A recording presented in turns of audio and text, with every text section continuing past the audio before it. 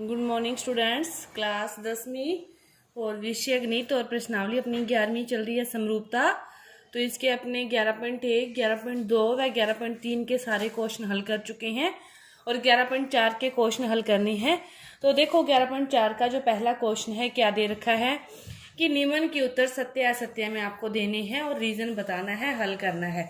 तो देखो पहला क्वेश्चन क्या दे रखा है कि दो समरूप त्रिभुजों की संगत भुजाओं को अनुपात 4:9 है, तो इन त्रिभुजों के क्षेत्रफलों का अनुपात क्या होगा? 4:9 होगा।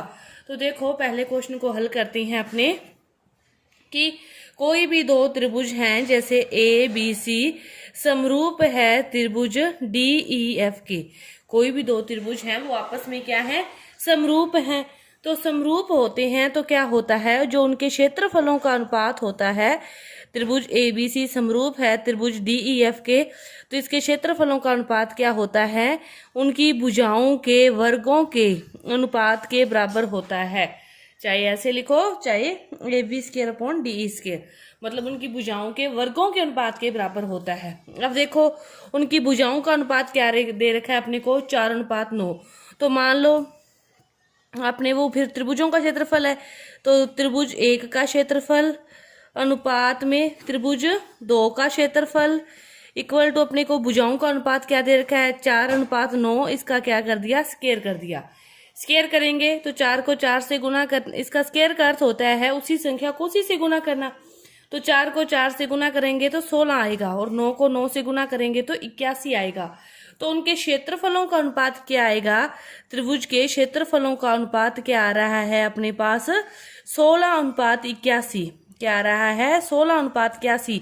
लेकिन इसने क्या दे रखा है? 4:9। तो फिर ये क्या हो गया? असत्य हो गया। जो उसने दिया है वो क्या है? असत्य है।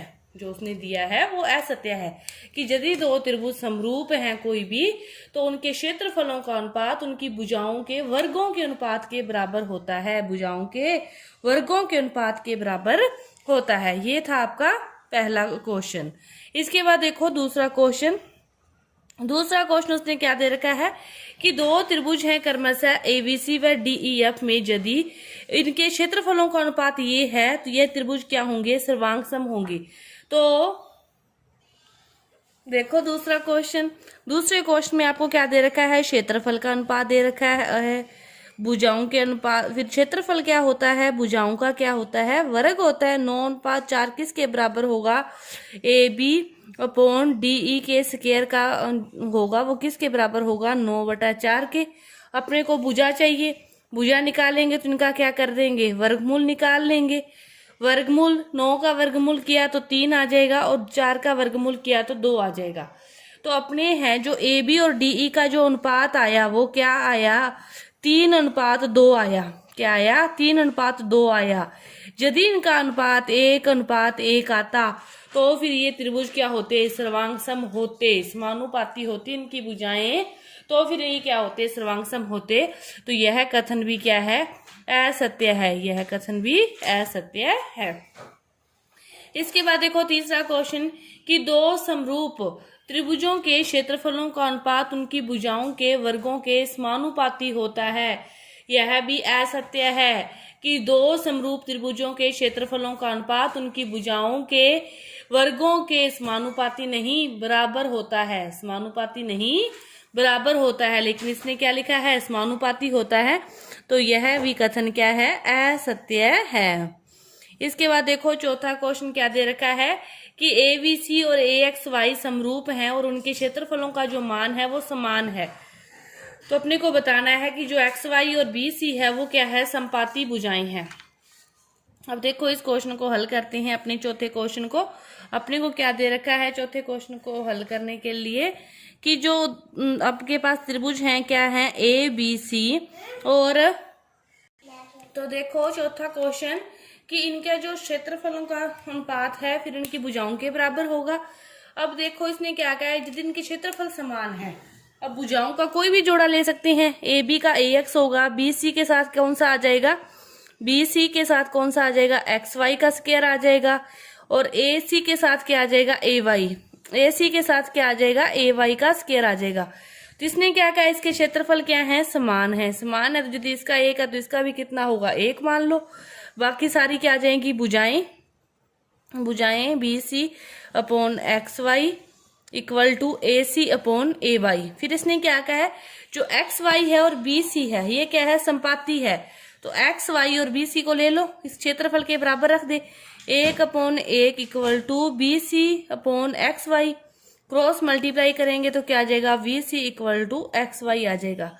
यदि इसका स्क्वायर लोगे, स्क्वायर ले लिया तो फिर यहाँ पे भी क्या आ जाएगा, स्क्वायर आ जाएगा। फिर बाद में दोनों का स्क्वायर हटके कैंसिल हो जाएगा तो भी फिर ये क्या आ जाएंगे, बराबर आ जाएंगे। ये क्या आ जाएंगी, समानुपाती हैं, समपाती भुजाएं हैं।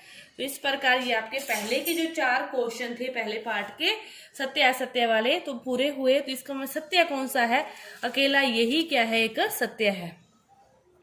ये क्या है, सत्य है। इस प्रकार हल करके आपको इन क्वेश्चनों के उत्तर देने हैं। इसके बाद देखो दूसरा क्वेश्चन। दूसरा क्वेश्चन देखो क्या दे रखा है, वही त्रिभुज है ABC और DEF, ABC और त्रिभुज है दूसरा DEF। इन क्वेश्चनों को हल करने के लिए आपको पहले सारा लिखना होगा कि 2 त्रिभुज दे रखे हैं, दिया है कि त्रिभुज समरूप है, क्षेत्रफल दे रखा है, ABC का क्षेत्रफल 64 दे रखा है और DE क्रमशः लिखा है ना। इसका अर्थ होता है पहले वाले का क्षेत्र पहले वाला, दूसरे वाले का क्षेत्र दूसरे वाला। 121 और अपने को जो भुजा दे रखी है वो EF दे रखी है 15.4 और अपने से किसका मान पूछा है, BC का मान पूछा है।